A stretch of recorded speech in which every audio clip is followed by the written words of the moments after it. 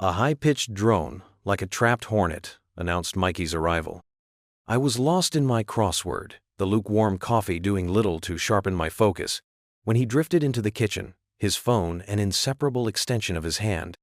"You are not going to believe this, Gramps," he mumbled, eyes fixed on the screen. "Another bidding war. This Sunnyvale place? $500,000 over the asking price." I grunted, penciling in EPEE. A sharp foil to prick his inflated sense of entitlement seemed more appropriate. $500,000, Gramps. How's anyone supposed to crack the housing market here? It's a closed game. Completely stacked. Stacked. The word caught like a fishbone. Stacked. That was the common refrain these days. Never a lack of drive, ambition, or good old-fashioned grit. No, the system was stacked. A convenient crutch, if you asked me. He launched into a litany of woes, pacing the worn linoleum. Runaway inflation, crippling interest rates, grasping developers, the usual suspects. Each grievance ended with a sigh that resembled air hissing from a punctured tire. I half expected to see cartoon steam erupting from his ears. "It's just futile, Gramps. I'm destined to rent indefinitely, probably squatting in your basement until I'm collecting Social Security." That was the last straw. 60? In my basement? The mug hit the table with a jarring thud, splashing coffee across the crossword grid. A minor disaster. "Futile, is it?" I asked, my voice a low growl. "Is that your final verdict?" Mikey finally looked up, jolted by my tone. His gaze, usually glazed by digital detachment, actually met mine. "Well, yeah. Look at the data, Gramps. It's not like your generation.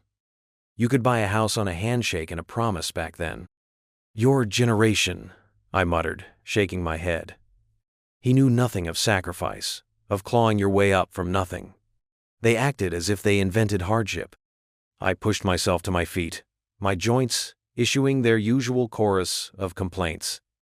I needed to pace, to think, before I unleashed a torrent of unwelcome truths.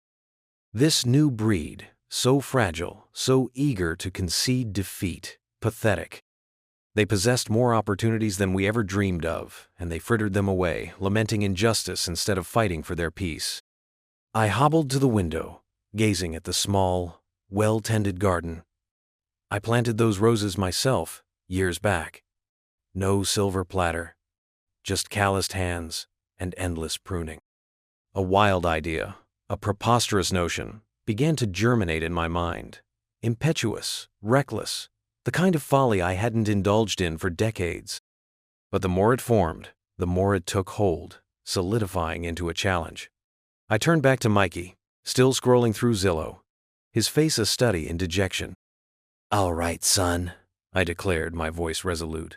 "I'm going to make you an offer." He perked up, a flicker of intrigue in his eyes. "You believe it's impossible to buy property in California, eh? That the deck is completely stacked against you?" He nodded, a little too readily, as if pleading for me to validate his surrender. "Well, I'm going to disabuse you of that notion." I paused for effect. "I, Joseph Harding, 80, 2 years young, retired, and possessing precisely, let's see," I patted my pockets, $273 and some loose change, am going to purchase a mansion in California, outright." Mikey gaped at me, his jaw unhinged. A mansion? You're pulling my leg, how?" "That's where the fun begins, isn't it?" I grinned, a jolt of adrenaline surging through me. "I'm going to do it the old-fashioned way. No freebies, no trust funds, no high-tech wizardry, just elbow grease, ingenuity, and a whole lot of just wait and see." "But that's insane, Gramps," he sputtered. "You can't, you're 82. "And your point is?" I countered. "Age is just a number. It's the grit between your ears and the fire in your belly that counts. And right now, I've got a furnace roaring inside me." I jabbed a finger at him. 1 year, Mikey. 1 year from today, I'll be the proud owner of a mansion in California. And when that day arrives, you're going to eat your words. Every last whining, defeatist word. He blinked, visibly stunned. And if you fail?" I shrugged. If I fail, you can wallow in your cynicism. But if I succeed, you ditch the excuses. You get off your backside and start building something of substance, something tangible. Deal?" He hesitated, then a slow smile spread across his face. "Deal, Gramps. You're on." I offered my hand. He seized it, his grip surprisingly firm. For the first time in ages, I detected a flicker of something beyond entitlement in his eyes. Perhaps this harebrained scheme wasn't really about proving him incorrect. Maybe it was about showing him his own untapped potential. As I left the kitchen, I overheard him murmur, "A mansion. This is going to be epic." Epic? It was going to take nothing short of divine intervention. And I, Joseph Harding, was about to orchestrate it. Garage sale grit. The garage smelled like sawdust and forgotten dreams. Dust motes danced in the single ray of sunlight slicing through the gloom. I squinted, taking inventory.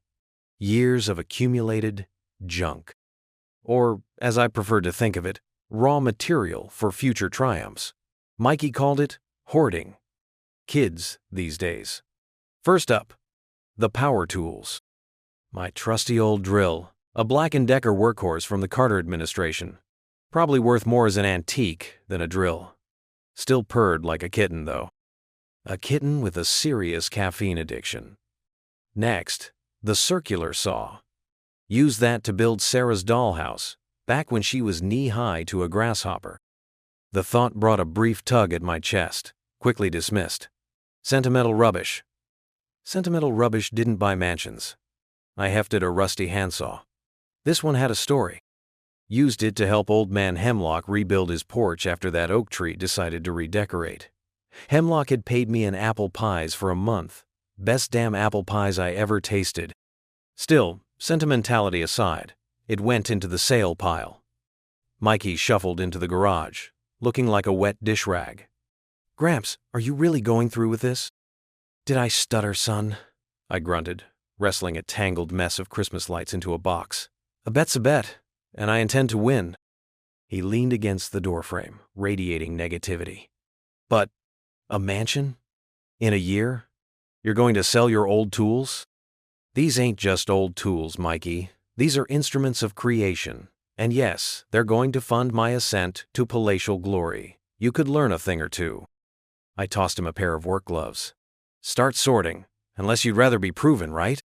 He sighed dramatically, but grabbed the gloves. We worked in silence for a while, the only sounds the clatter of metal and the occasional groan from my aching back. Saturday morning dawned bright and early, too early for my liking. I slapped a bright yellow garage sale sign on the mailbox and waited. They came like vultures, circling for the best deals. "How much for the drill?" A woman with a floral scarf asked, her eyes gleaming. "50, I said without blinking. "50? It's used." "It's a classic," I countered. "Built to last. They don't make 'em like this anymore." I gave her my most charming used car salesman grin. 45, final offer." She hesitated, then forked over the cash. Bargaining. It's an art form. Mikey, bless his heart, tried to help, but he was too soft. One guy offered him $5 for a perfectly good garden gnome. Mikey looked ready to give it away for free. I stepped in. "That gnome's a collector's item. 20. Firm." The guy scoffed, but I held my ground. He eventually coughed up 15. By noon, the lawn was a wasteland of discarded treasures. I surveyed the scene with satisfaction. Not bad for a day's work. Back inside, I spread the bills out on the kitchen table. Ones, fives, a few tens, and even a 20. I counted it carefully, licking my thumb like a seasoned gambler. $372. Not exactly mansion money, but it was a start. A damn good start. I felt a surge of something I hadn't felt in a while. Purpose. This wasn't just about proving Mikey wrong. This was about proving to myself that I still had it. That an old dog could still learn new tricks and build himself a damn mansion while he was at it. Mikey watched me, a flicker of something resembling admiration in his eyes. "So, you really think you can do it?" I gathered the money, the crisp bills crackling in my hand. "Think? Boy, I know I can do it. Every dollar here was earned. Every scratch on that drill tells a story. And those stories, Mikey, are worth more than any trust fund. I clapped him on the shoulder. Now, let's figure out what we can flip next week. Handyman Joe, the early grind. The meager sum gleaned from the garage sale wouldn't even buy a decent tool shed. A mansion in a year? It felt like chasing rainbows. Still, a Harding never shirks a wager. I had to swallow the lump in my throat. A bitter pill indeed for a man who once ran his own successful construction firm and began sifting through the local classifieds for odd jobs. The initial attempts proved unpromising. Handyman wanted must be dependable and vigorous. Vigorous? I practically coined the term. Dependable? My word used to be gold. But the voices on the other end, usually some fresh-faced kid, weren't hearing about a legend. They heard someone ancient, shuffling and coughing at the other end of the line. "Thank you for your interest, sir," one trilled, her tone thick with patronizing sweetness. "But we're seeking someone with a bit more oomph." Oomph. The word grated on me. I could still bench press those gym rats they call men these days. But I bit back the retort. Fury wouldn't construct a mansion. Grit would. At last I caught a break. A Mrs. Henderson, God bless her soul, simply needed a dripping tap seen to and a section of her picket fence restored. "My Harold used to handle everything," she lamented, her voice heavy with sorrow. "But he's gone now, bless his heart, and everyone else wants to charge the earth." Jackpot. I quoted a reasonable figure, stressing my extensive experience, carefully skirting the topic of my age. She hired me without hesitation. The following morning, armed with my well-worn toolbox, the remnant after the sale, I arrived at Mrs. Henderson's quaint cottage. The faucet was a simple fix, a deteriorated washer, nothing complicated. The fence, however, presented a more substantial challenge. A portion had decayed completely, leaving a gaping hole as if a rodent had made it home. I assessed the damage, gnawed on my lower lip, and commenced work. The sun beat down as I measured, sawed, and hammered. Perspiration beaded on my forehead, my joints protested with each movement, and my old knee injury pulsed with renewed pain. Yet, with each nail driven, each board secured, a comforting wave of fulfillment washed over me.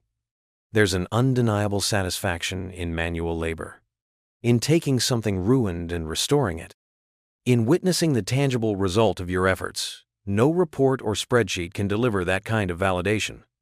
By the noon hour, the fence stood restored, the faucet silenced, and Mrs. Henderson was positively glowing. She paid me promptly, then insisted I join her for iced tea and a slice of her homemade apple pie. "You're a godsend, Joseph," she said, squeezing my hand. "You remind me so much of my Harold. Honest work well done." That night, after a long, hot shower and a healthy dose of pain medication, I tallied my earnings. Not enough to purchase a building lot, let alone erect a mansion. But it was a beginning. And, even more crucial, it was confirmation. Confirmation that I wasn't finished, that I still had value to contribute. I studied the calloused hands that had erected buildings and repaired countless homes. They might be wrinkled and a bit stiff, but they were still capable hands. And they were ready to build a mansion. One dripping faucet, one crumbling fence, one slice of apple pie at a time. The back attack and the online shift. The bloom was off the rose, let me tell you. One minute I was hoisting a busted washing machine out of Mrs. Gable's basement, feeling like a regular Atlas. The next, a hot poker jabbed me right between the shoulder blades. A grunt escaped before I could swallow it, and the washing machine became intimately acquainted with the damp concrete floor. "You all right, Mr. Harding?" Mrs. Gable called from the top of the stairs, her voice laced with concern. "Fine as frog's hair, Mabel," I lied, straightening up slowly, each vertebra protesting. Fine as frog's hair if that frog had just gone 10 rounds with a heavyweight. I managed to get the machine loaded, but every bump in the road on the way to the scrapyard sent fresh waves of agony through my back. That night, sleep was a distant memory. Every position felt wrong. Every movement, a betrayal. I was officially sidelined. grounded, useless. That last one stung the most. I wasn't raised to be a loafer, complaining about the price of avocado toast while the world passed me by. I was a builder, a fixer, a get-it-done kind of guy. But lying there, staring at the ceiling, I knew I had to adapt. This stupid bet with my grandson wasn't going to win itself. My body might be screaming for mercy, but my mind was still sharp. Time to explore other avenues. I hobbled to the computer, feeling like a rusty tin man. The internet. That's where all the young whippersnappers were making their fortunes. I punched in online jobs for seniors into the search bar, bracing myself for endless links to sweepstakes and scam artists. The results were surprising. Virtual assistant, data entry, freelance writing. The last one caught my eye. Writing? I hadn't written anything longer than a grocery list since I filled out insurance forms. But I could tell a story. Lord knows I had enough of them. I spent the next few hours lost in a rabbit hole of blogs and tutorials. SEO optimization, keyword research, content marketing. It sounded like a foreign language. My grandson, bless his tech-addled heart, could probably explain it all in 5 minutes. But admitting defeat wasn't in my nature. The next day, fueled by coffee and sheer stubbornness, I decided to give it a shot. I'd write about something I knew: construction. I spent the morning outlining an article on the importance of proper foundation drainage. Riveting stuff, I know. Then came the hard part, actually writing it. The keyboard felt foreign beneath my calloused fingers. The screen glared back at me, mocking my every typo. But I persevered, driven by the image of that smug look on my grandson's face when he inevitably said, "I told you so." Hours later, after much deleting, rewriting, and more than a few mumbled curses, I had something resembling an article. It wasn't Hemingway, but it was honest. It was practical. And damn it, it was mine. Now came the truly terrifying part: posting it. I found a website that claimed to connect freelancers with clients. After creating an account and navigating a maze of confusing menus, I finally hit the publish button. The silence that followed was deafening. I sat there, staring at the screen, waiting for the internet to either embrace me or spit me out. Doubt gnawed at me. What was I doing? An old man trying to play in a young man's game. Then, a ping. An email. Someone had read my article, and they liked it. It wasn't much. A small blog wanted to republish it for a measly $20, but it was a start. Validation. Proof that even a broken-down construction worker could find a place in this digital world. The back still ached like hell. But as I typed out my acceptance email, a small smile crept across my face. The mountain was still there, looming large and intimidating. But I'd found a new path to climb. And this time, I wouldn't need a crane. Flipping fantastic. Seriously, Gramps? Another secret senior discounts article? Is that your latest path to riches? Mikey's tone was the well-worn track of his skepticism.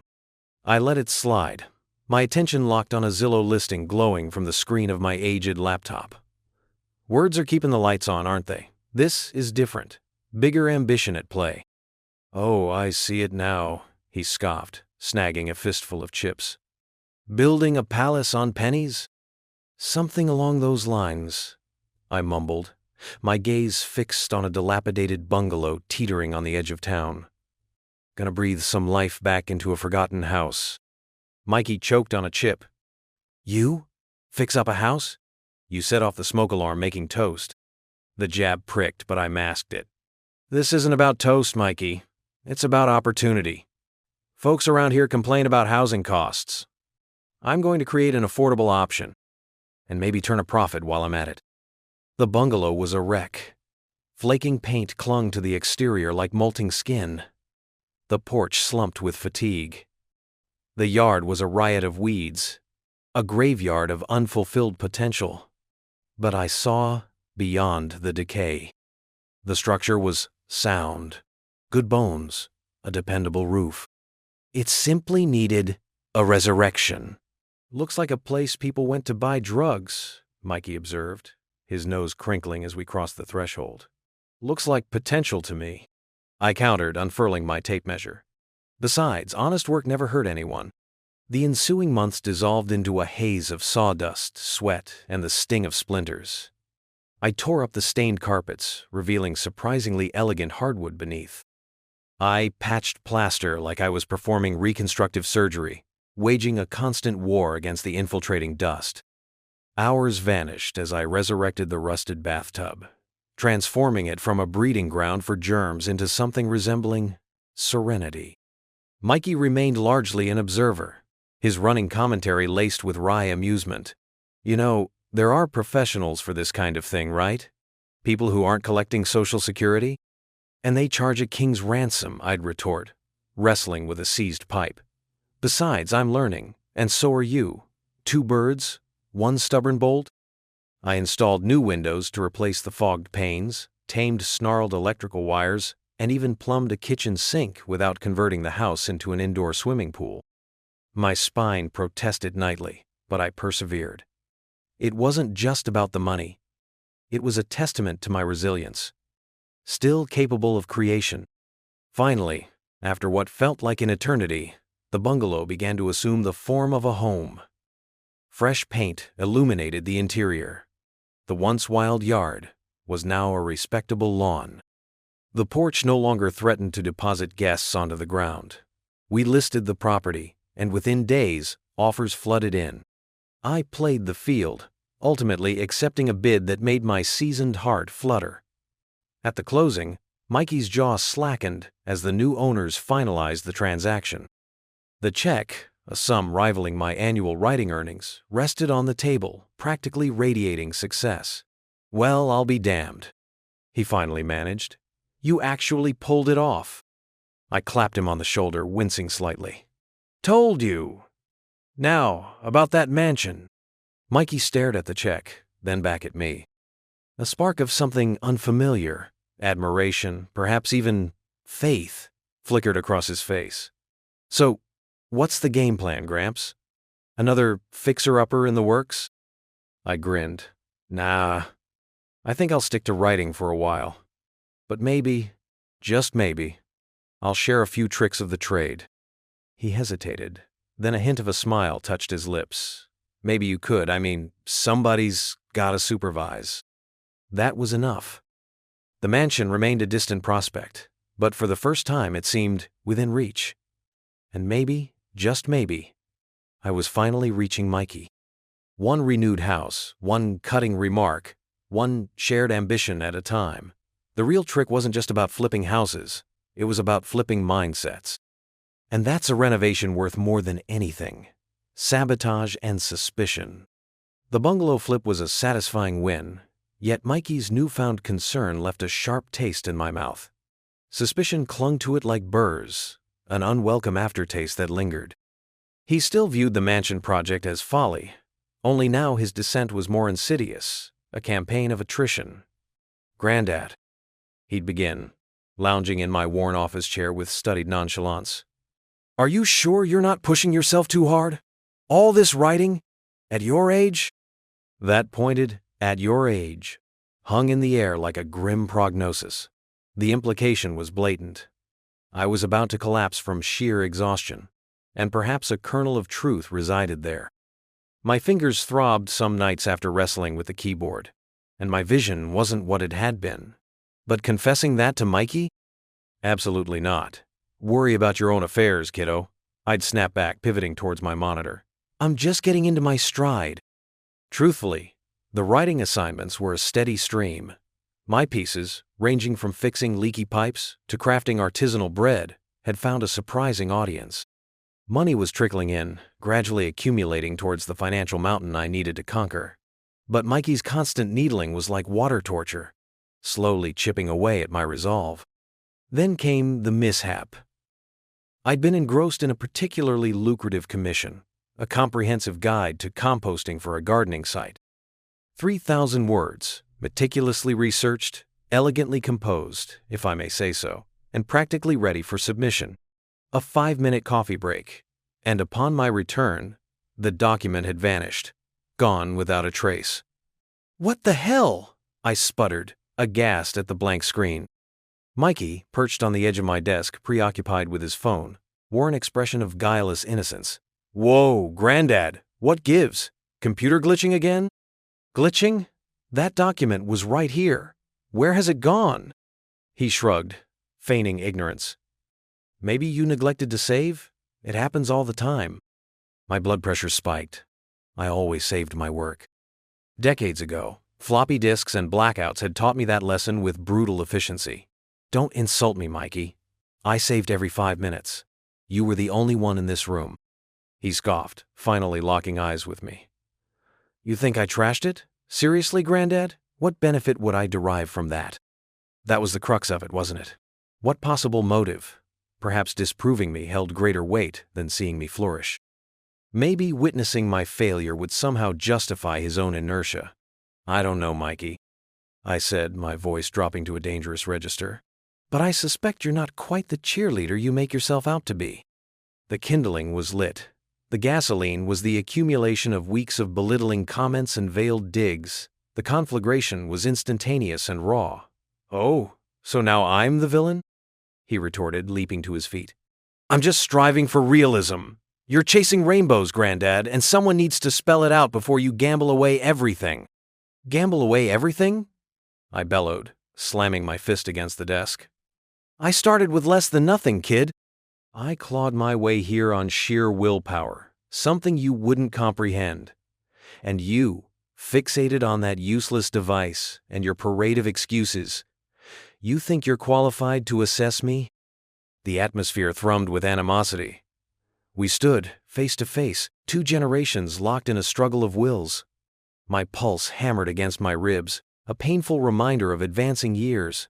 But my resolve? That burned with undiminished intensity.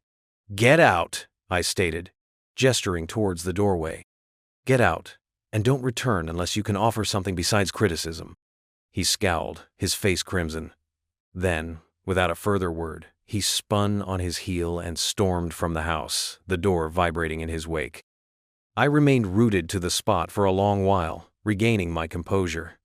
The silence pressed in, absolute. I gazed at the vacant screen, the specter of my lost article, a taunt.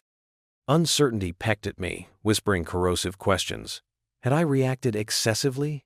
Was I being unduly suspicious? Then, straightening my posture, I resumed my seat. I created a fresh document. I would rewrite the piece. I would replenish my savings. I would erect that damn mansion. Mikey could undermine. He could doubt. He could strive to demoralize me. But he couldn't shatter me.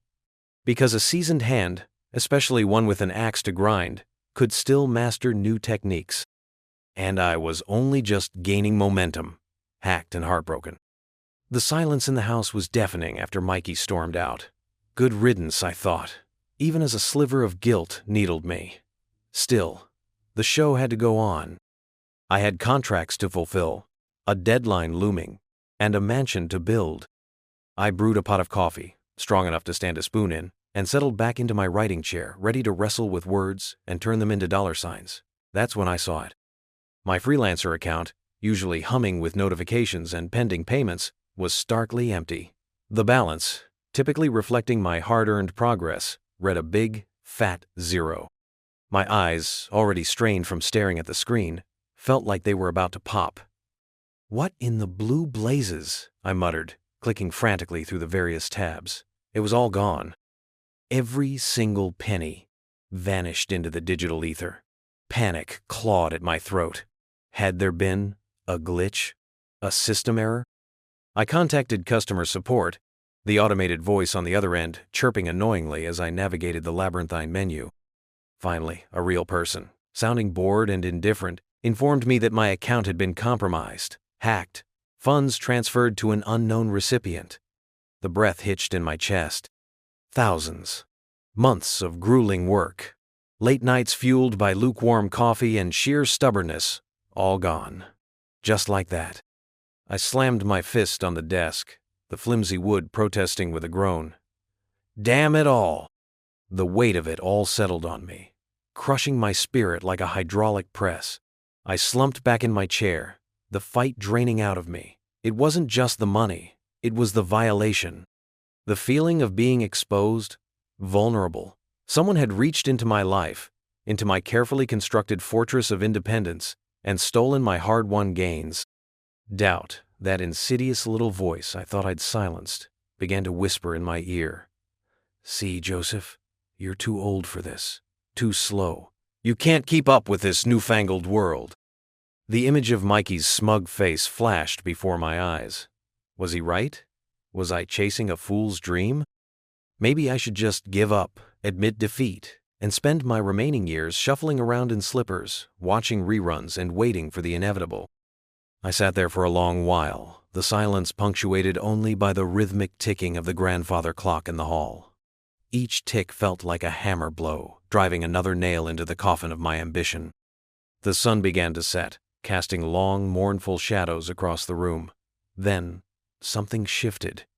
It wasn't a dramatic revelation, or a sudden burst of inspiration. It was something quieter, deeper. A flicker of that old familiar fire refusing to be extinguished.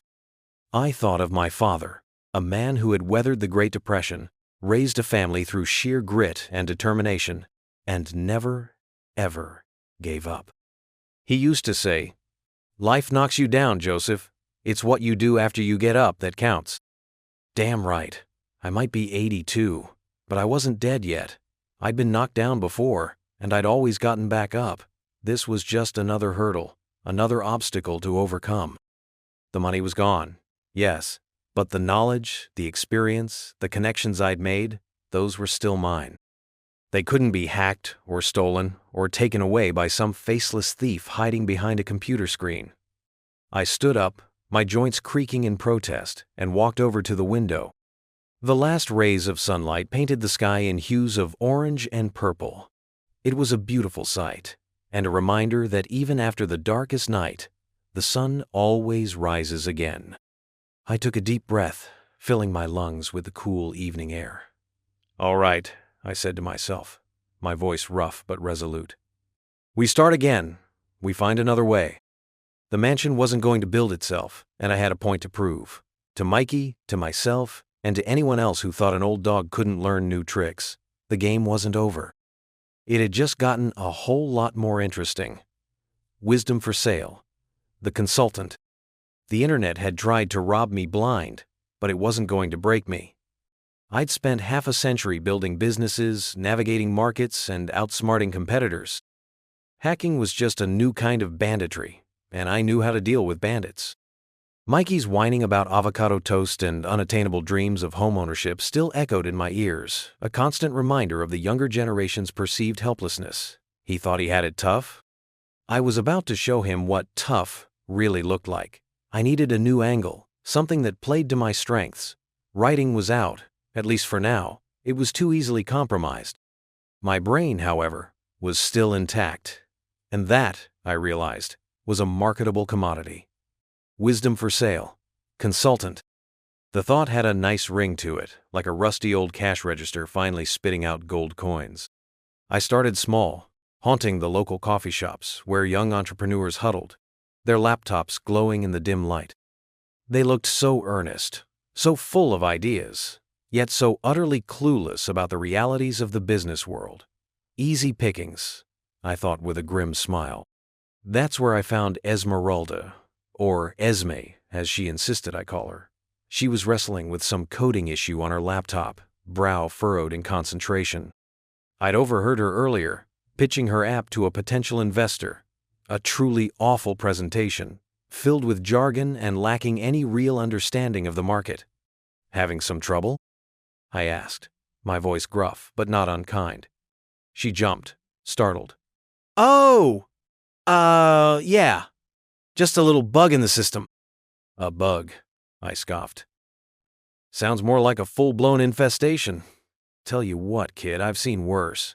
Buy me a coffee, and I'll tell you what I think of your operation." She looked at me skeptically, but something in my tone, maybe the sheer audacity of my offer, piqued her curiosity. An hour later, after ripping apart her business plan, her marketing strategy, and her overall approach, she was nodding slowly, a flicker of understanding in her eyes.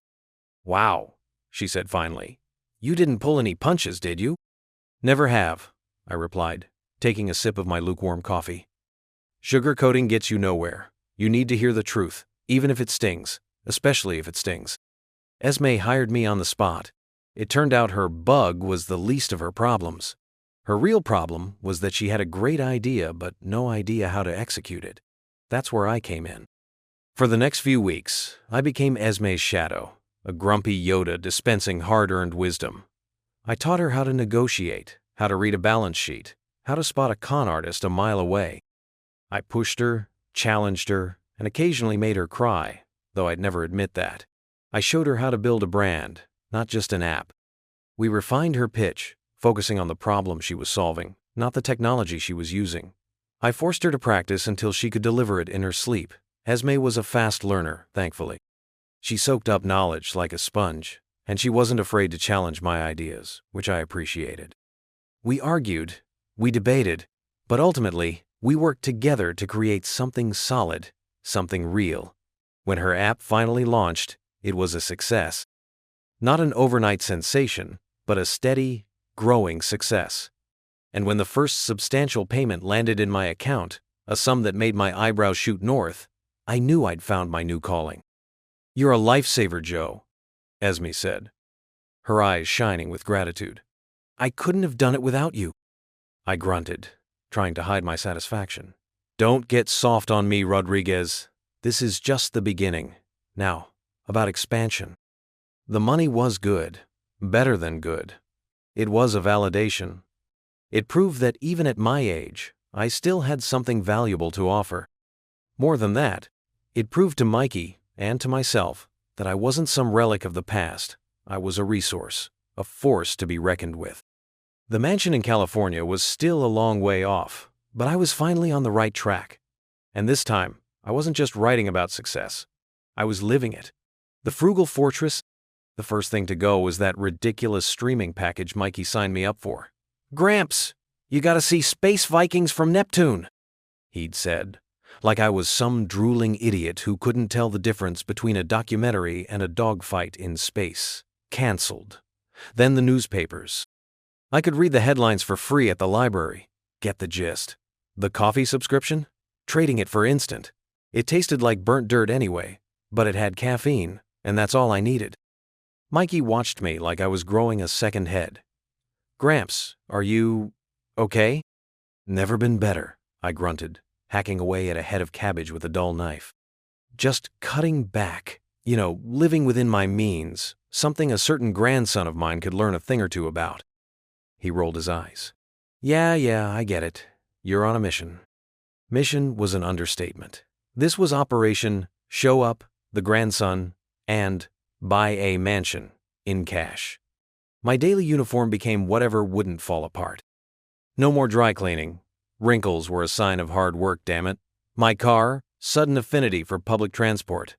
Lunch was now a carefully orchestrated symphony of beans and rice. Dinner? More beans and rice, possibly with a carrot thrown in for excitement. I swear, the aroma of pinto beans permeated the entire house. Mikey wrinkled his nose every time he walked into the kitchen. "Seriously, Gramps, you're going to give yourself scurvy." "Scurvy builds character," I retorted, shoveling another spoonful into my mouth. "Besides, I'm supplementing with day-old bread from the bakery. They practically give it away." He shuddered. "You're intense." Intense? I was a financial ninja in training. Every penny counted. I started walking everywhere, even when it rained. An umbrella cost money. A little rain never hurt anyone. I even started collecting loose change from the street. I looked like a crazy old coot, but those pennies added up, damn it. One evening, Mikey found me rummaging through the recycling bin. He stared, his mouth agape. "Gramps, what are you doing?" "Looking for cans," I said matter-of-factly. "Aluminum is worth something, you know." He snatched the can from my hand. "Okay, this is officially insane. I'll give you the money for the cans.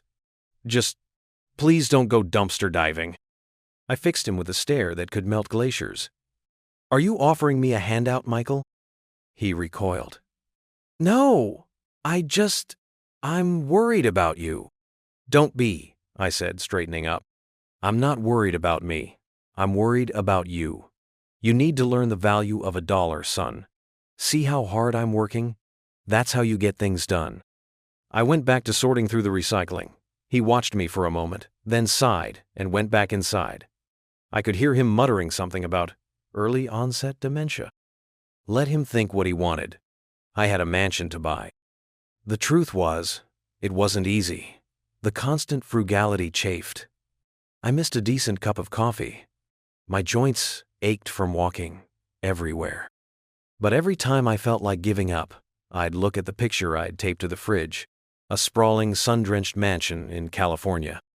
And I'd think of Mikey, with his excuses and his whining, and I'd dig in my heels and keep going. I wasn't just saving money, I was building a fortress of discipline, brick by frugal brick. And that fortress, I knew, was going to be my legacy. Community connections. The youth of today, they're all convinced the world owes them a gilded existence.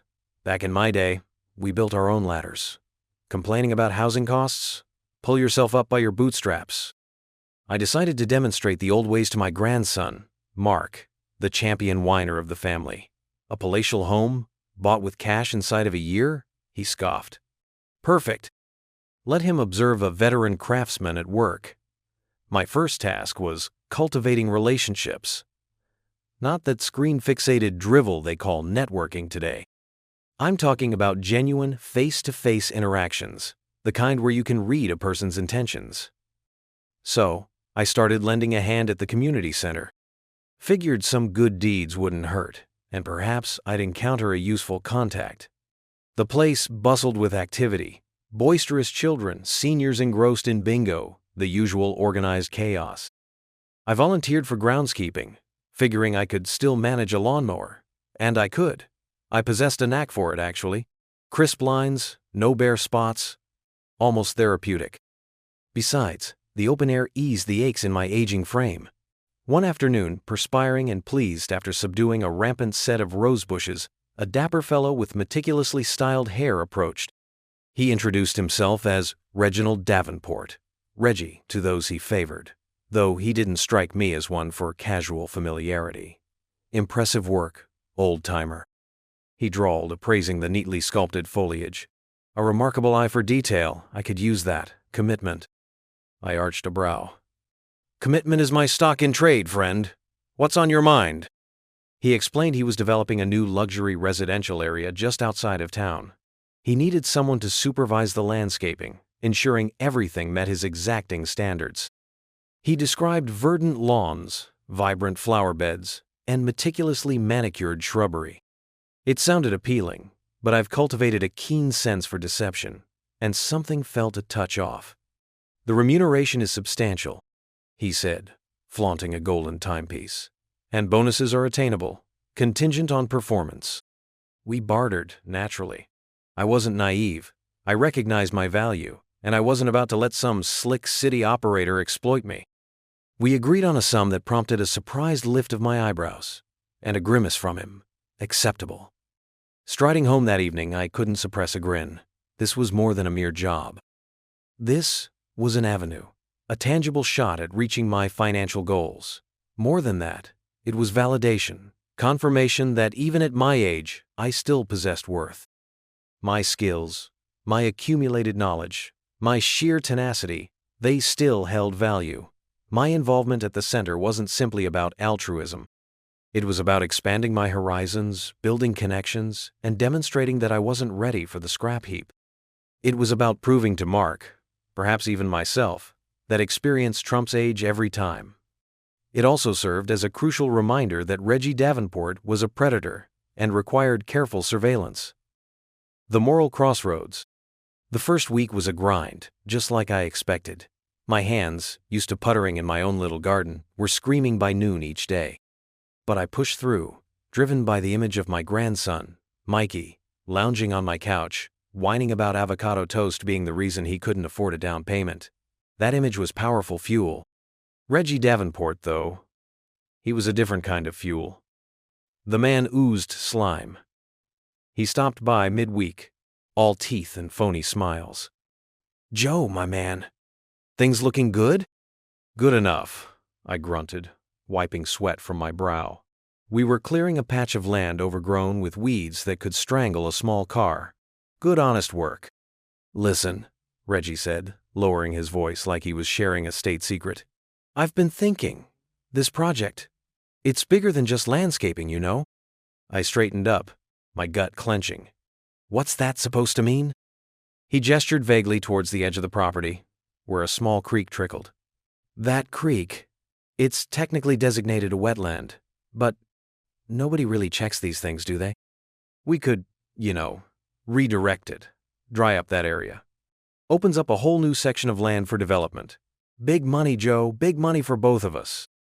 My blood simmered. I knew right then what kind of man I was dealing with. A corner cutter, a rule bender. A leech on the land. And what about the environmental impact, Reggie? The wildlife? He waved his hand dismissively. Details. Look, Joe, think about it. Mikey could have that down payment he whines about, and you could retire like a king. The image of Mikey's smug face flashed through my mind.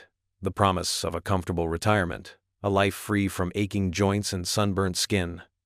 It was tempting, I won't lie. But then, I saw another image, a photo of my late wife Sarah, tacked to the inside of my shed. She always said I had a good heart, even when I was acting like a cantankerous old mule. And she hated liars and cheats. I looked Reggie straight in the eye, the sun beating down on us both. Reggie, I'm an old man, but I still have my principles. I may want to prove a point to my grandson, but I won't do it by destroying this land or compromising my values. I'm not redirecting any creek. His smile vanished like a cheap magician's trick. You're making a mistake, Joe. A big one. This is a once-in-a-lifetime opportunity. Maybe, I said, grabbing my shovel. But I sleep better at night knowing I earned my keep fair and square. He sputtered for a moment, then, with a final glare, he turned and stomped back towards his shiny black car. The rest of the day was hard. The sun hotter, the weeds tougher. Doubt gnawed at me. Had I made the right decision? Could I really save enough money to shut Mikey up without cutting corners? That night, I sat on my porch, the cool evening air a welcome relief. I thought about Sarah, about Mikey, about the creek and the greedy gleam in Reggie's eye. I knew, deep down, I'd done the right thing. The honest thing. It was a matter of respecting the land, not for me, but for those who come after me. Maybe I wouldn't be building that mansion in California, but I'd be building something more important, my integrity. And that, I figured, was a lesson worth more than any amount of avocado toast. Now, to figure out how I was going to get Mikey to mow my lawn for free. California, here I come. The numbers swam before my eyes, a chaotic dance of dollars and cents. I stabbed at the calculator one last time, my finger hitting the equals button with a satisfying thwack. A string of digits appeared on the screen, and I stared at it, a slow grin spreading across my face. Damned if I hadn't done it. 350, zero, I muttered, the words feeling heavy and real in my workshop. 350,000 hard-earned, sweat-soaked dollars. Enough for a decent place in some of those California suburbs Mikey was always whining about. It hadn't been easy. Selling every stick of furniture I didn't need. The old pickup, replaced by that gas-guzzling beast I'd fixed up from the junkyard. Every spare hour spent hammering, sawing, and painting. Every penny pinched until Lincoln cried uncle. I'd even sold off my collection of vintage fishing lures, something I thought I'd never do. But I did it. For Mikey. To shut him up. And, I'll admit, to prove to myself that I still had it in me. The next few days were a blur of paperwork and phone calls. I found a small but solid 2-bedroom bungalow in a town just outside Sacramento. Nothing fancy, but clean, with a small yard and a surprisingly decent kitchen. The kind of place a young man could build a life he wouldn't have to whine about. I wired the money, signed the papers, and just like that, I was a California homeowner. Again. Only this time, nobody handed it to me on a silver platter. Mikey! I bellowed, my voice echoing through the house. He shuffled in, headphones around his neck, looking like I'd just interrupted him mid-brain surgery. What? Gramps? He mumbled, avoiding eye contact. Pack your bags, son. We're going to California. He blinked. California? What for? Another one of your field trips? He still hadn't forgiven me for that week spent hauling scrap metal. I tossed him a set of keys. These are the keys to your future, kid, and to your new house. He caught them awkwardly, fumbling them in his hands. What are you talking about? I let the silence hang in the air for a moment, enjoying his confusion. Then, I pulled out the deed, the official document bearing my name and the address in California. I slapped it onto the table. He picked it up, his eyes widening as he scanned the details. The color drained from his face. You bought a house? In California? How? Hard work, son. Something you might want to try sometime. I crossed my arms, leaning back in my chair. I told you it wasn't impossible. I told you that if you stopped whining and started working, you could achieve anything. He stared at the deed, then at me, then back at the deed. But you said it would take a year. It's only been... He trailed off, counting on his fingers. It's only been 10 months. I work fast, I said, a smirk playing on my lips. And I don't make excuses. He was silent for a long time, the only sound in the room the ticking of the old grandfather clock in the corner. Finally, he looked up, his eyes filled with something I hadn't seen in a long time. Respect. I don't know what to say, Gramps, he stammered. I thought you were just old and out of touch. I'm old, I said, my voice softening slightly. But I'm not dead yet, and I'm definitely not out of touch. I just know a thing or two about getting things done. He swallowed hard. I guess you do. He paused, then added, almost in a whisper, I'm impressed, Gramps. Really impressed. That was all I needed. He didn't have to shower me with praise, just a little acknowledgement that the old man still had some fight left in him. That he'd finally seen that complaining won't build you a house, but a hammer and a whole lot of sweat just might. Gramps knows best. The California sun, a blazing irony after Mikey's incessant gripes about its unaffordability, glared off the stucco of our new place. So, I drawled, propping myself against the porch railing, property taxes next? Or are you finally admitting your old man still has a spark?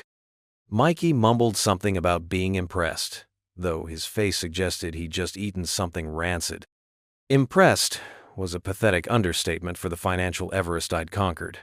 350 grand, gouged and wrestled from a life of hard labor. He finally met my gaze, a flicker of something akin to respect breaking through the cynicism. All right, Gramps, he conceded. Point taken. You're a workhorse. Message received. Is that your sole takeaway, Mikey? Horsepower? I pushed off the railing, my knees creaking in protest. This wasn't an ego trip showcasing my carpentry skills, though I'm undeniably gifted. This was about demonstrating that whining yields precisely squat. He shuffled, nudging a pebble with his sneaker. Yeah, it just seems unreal. How did you even... I chuckled, a dry rasp. Wrong question. Ask yourself, what did I do? Simple. I divested. Your grandma's cherished stamp collection, relegated to memory. My antique tool hoard? History. My cherry '67 Mustang? Sold, every glorious inch. Mikey's eyes ballooned. But the Mustang! You adored that thing. Loved it less than watching my grandson squander his potential in a haze of complaints? Absolutely. That's the rub, kid. You fixate on the sacrifice. I relish the outcome. And the prize wasn't this house, Mikey. It was proving I still had it, rattling your cage a little, hopefully. A genuine smile finally cracked his face. So, now what? Now, I said, a mischievous glint in my eye, we break ground. This dump needs a garden. And I'm thinking, a koi pond. Gonna whine about the cost of carp or grab a shovel? He hesitated, then grinned. He scooped up a handful of earth, letting it trickle through his fingers. Koi it is. But you're teaching me pond construction, old-timer. No backtalk from you, either. I snorted. I don't complain. I offer nuanced suggestions. We spent the afternoon brainstorming the garden. Mikey surprised me with his input, spouting information gleaned from the internet, envisioning a Japanese-inspired haven, maples, bamboo, a miniature stone bridge, ambitious but achievable. As we mapped out the design, a realization dawned. This house, this cache, this whole endeavor, it wasn't about the destination, it was the journey. More importantly, it was sharing that journey with the boy I loved. I could have thrown the keys at Mikey and walked away, but he wouldn't have grown. He needed to witness the blood, sweat, and grit, to internalize the notion that anything worthwhile demands effort. Later, as we sat on the porch, watching the sunset smear the sky with vibrant hues, Mikey spoke softly. "Thanks, Gramps," he murmured, "for everything." "Don't thank me," I grumbled.